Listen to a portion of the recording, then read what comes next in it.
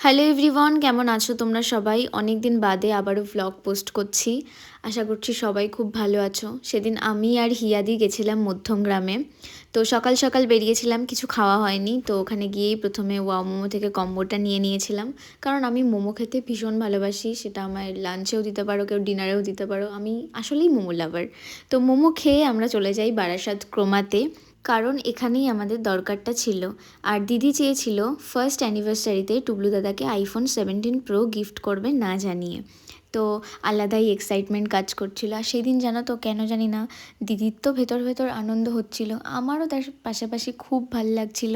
কারণ নিজের স্বপ্ন পূরণের পাশাপাশি, ইচ্ছে পূরণের পাশাপাশি নিজের ইনকামের টাকায় যদি কাছের মানুষকে কিছু গিফট করা হয়, আর যদি সেটা হয় একদম কাছের মানুষ, আর তার পছন্দের গিফটটাই যদি তাকে সারপ্রাইজ হিসেবে স্পেশাল দিনে দেওয়া হয়, এর থেকে ভালো লাগার, এর থেকে আনন্দের হয়তো আর কিছুই হয় না।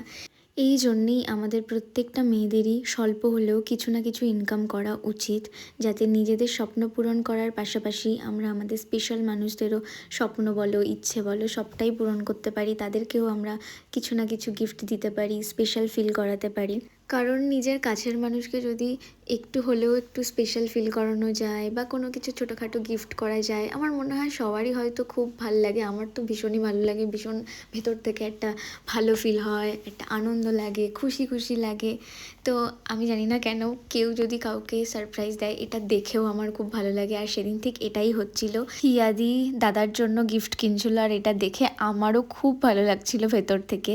তো তারপর আমরা এটা কিনে নিয়ে সোজা যাই হাবড়াতে। আর হাবড়াতে গিয়েও অ্যাজ ইউজুয়াল আমি আবার মোমো খাই, কারণ হাবড়ায় এসছি আর অথেন্টিকের মোমো খাবো না, এটা তো হতেই পারে না।